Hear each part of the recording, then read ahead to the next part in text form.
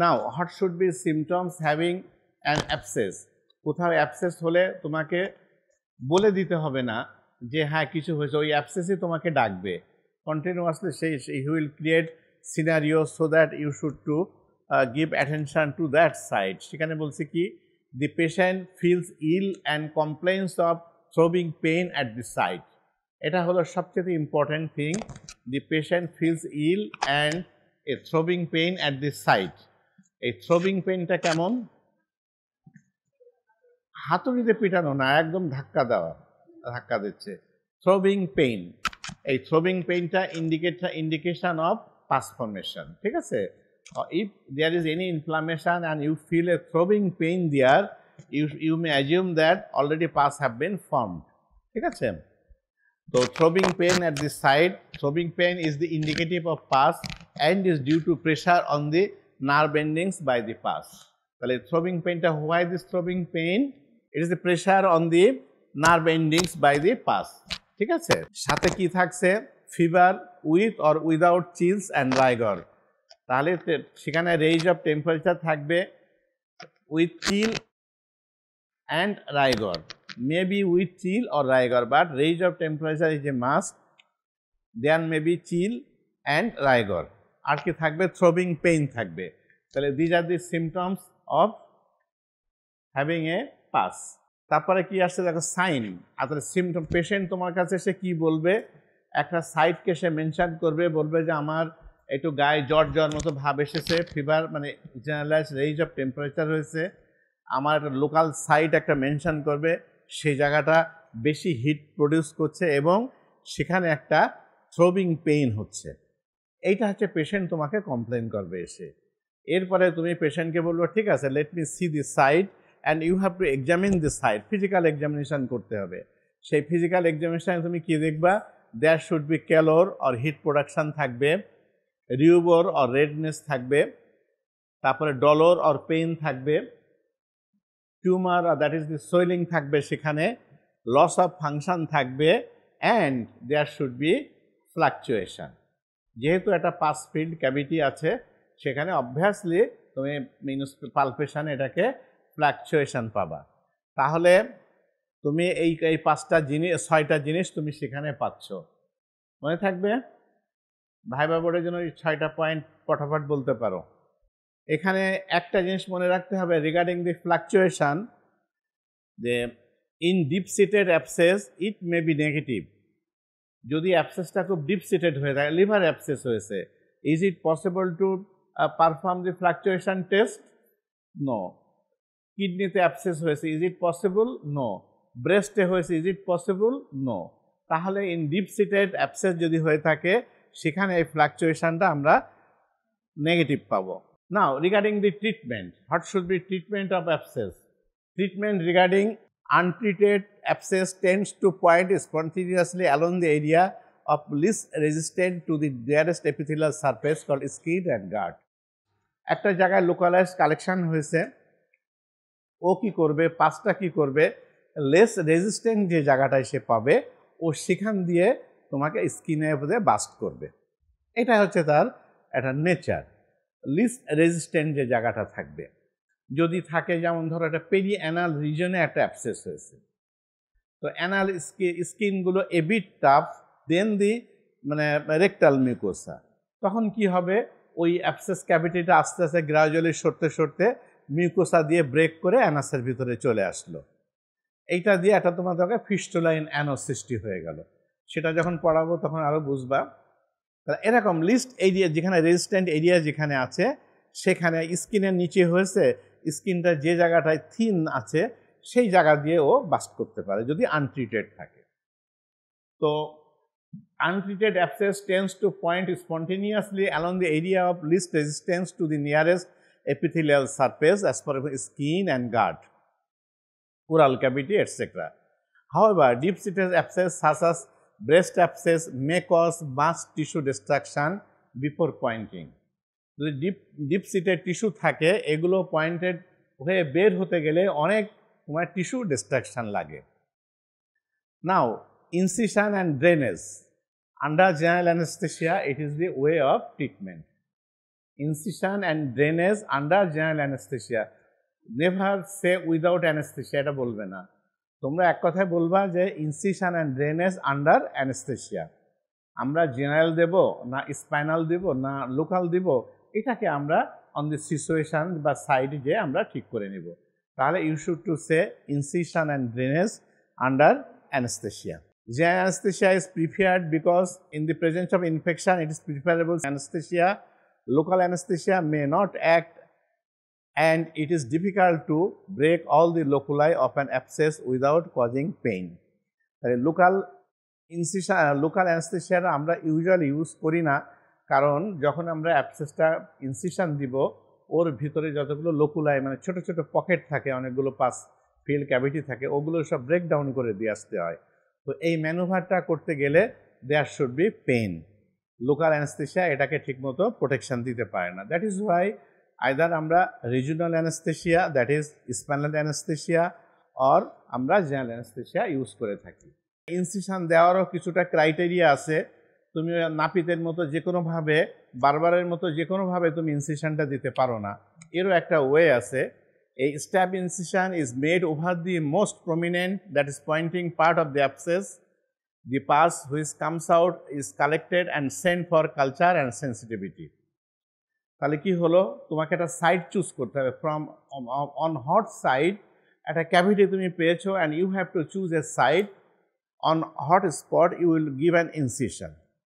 It should be the most prominent and dependent part. Term is two. Most লিখে নাও, most prominent, write down. Most I will give by you should to give incision on the most prominent, that is most bulging and dependent part.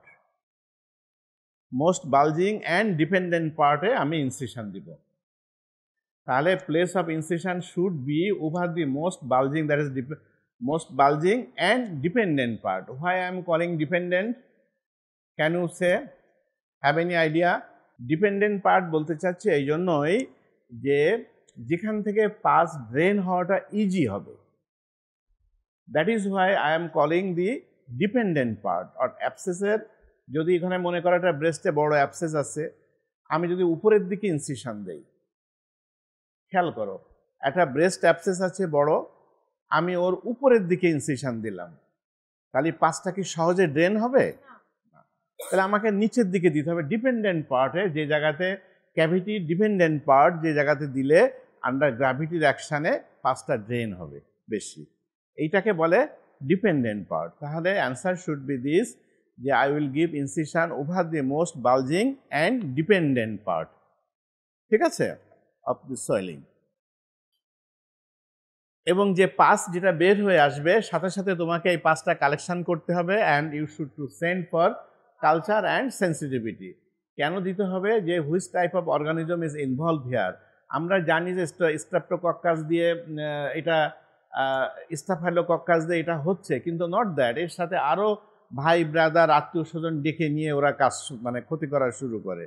Staphylococcus কিন্তু একা ক্ষতি করে না, ও কিন্তু আত্মীয় ভাই brother অনেকগুলোকে ডেকে নিয়ে আসে, ঠিক আছে। তখন কোন ধরনের জিনিস আছে, দেয়ার মেবি ইকোলাই থাকতে পারে, সিউডোমোনাস থাকতে পারে, প্রোটিয়াস থাকতে পারে।